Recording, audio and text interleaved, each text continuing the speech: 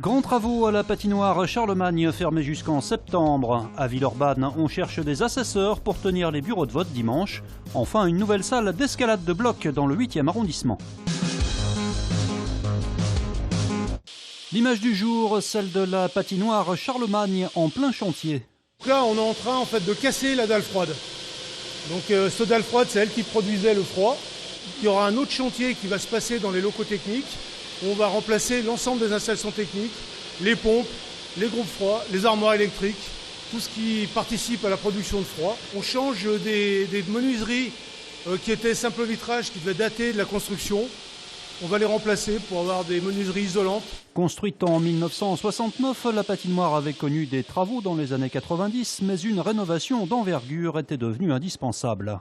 Au mois d'août, au mois de septembre, quand les clubs reviennent utiliser la patinoire, quand il y a les premiers matchs de championnat de Ligue Magnus, on a déjà dû annuler des séances parce que justement la glace ne tenait pas. Donc il fallait absolument changer ces groupes froids. Donc à Lyon, on a la chance d'avoir une deuxième patinoire, la patinoire Baraban, qui va nous permettre de relocaliser les différents utilisateurs de la patinoire Charlemagne. Des travaux qui devraient durer près de 5 mois et coûter plus de 4 millions d'euros à la ville.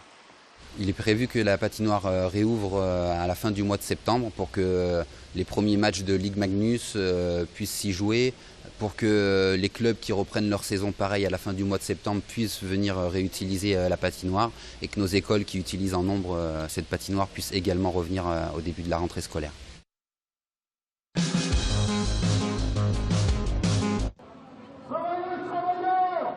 Retour sur le défilé du 1er mai qui a réuni environ 5000 personnes hier à Lyon entre Jean Massé et Bellecour.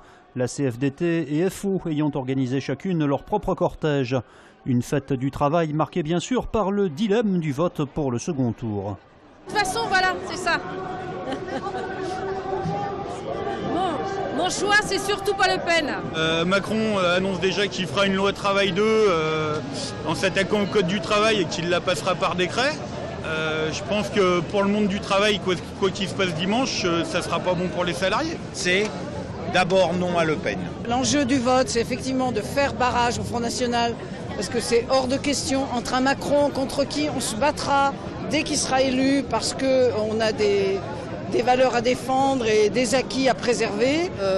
Il y aura des législatives d'abord, et puis ensuite le tour social. Hormis quelques tensions dans le Vieux-Lyon, le défilé du 1er mai s'est déroulé sans incident sérieux. Si on vous sollicitait pour être assesseur, est-ce que vous accepteriez ou pas et pourquoi? Oui, j'accepterais parce que de toute façon, c'est une vision de citoyen, d'être responsable de ce qu'on fait. C'est normal, hein, comme il est normal, il serait presque obligatoire de voter, donc pourquoi pas? Si on me demande oui, pour être présente, il n'y a pas de souci, je suis là. Les électeurs semblent pleins de bonne volonté, pourtant il y a pénurie d'assesseurs pour le second tour à Villeurbanne, d'où l'appel lancé par la municipalité qui doit en effet encore trouver d'ici dimanche près d'une 50aine de volontaires pour assurer le fonctionnement des 79 bureaux de vote de la ville. Une situation inédite. Habituellement, les candidats en lice au deuxième tour nous fournissaient assez d'assesseurs qui permettaient donc d'avoir le minimum requis par le code électoral, c'est-à-dire 2.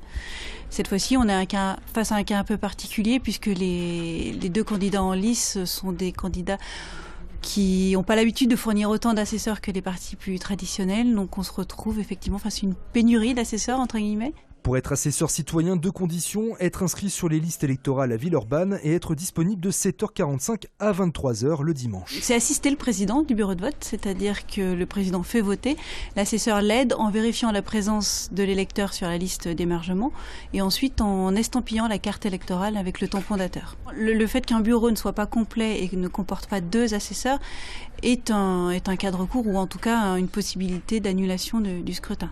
Au moins dans le bureau en question, pas forcément sur l'ensemble de la commune. Dernière possibilité pour le président, réquisitionner les premiers électeurs qui se présenteront au bureau de vote dimanche. Les accros de la grimpe ont un nouveau terrain de jeu à Lyon. Son nom, Emrock 3, une salle d'escalade qui a ouvert ses portes le mois dernier, rue Président Kruger dans le 8e arrondissement. On est certes bien loin des grands espaces montagneux, mais les 1100 mètres carrés de surface offrent toutes les conditions de pratiquer l'escalade de bloc. L'escalade de bloc, c'est une des 3 disciplines de l'escalade sportive moderne. C'est une discipline qui est née dans la forêt de Fontainebleau il y a de ça une 60aine d'années à peu près. En fait, c'est beaucoup plus court, mais c'est aussi beaucoup plus technique et ça demande plus de force que de l'escalade conventionnelle qu'on connaît avec la corde et le baudrier. Là on est plus sur un sprint, alors que l'escalade avec corde et baudrier c'est plus un 1500 mètres. 250 blocs de 4,50 m de hauteur maximum sont ainsi répartis sur 7 niveaux de difficulté. Après on est dans une région où on a beaucoup de forts grimpeurs.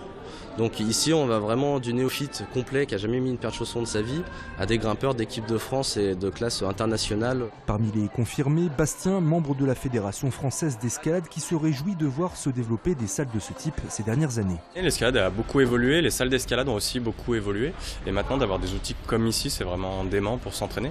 Et en plus c'est un effort qui est hyper court et hyper intense et du coup en 1 heure, 1 heure et demie, si on n'a pas beaucoup le temps, on peut sortir de là et être complètement cuit.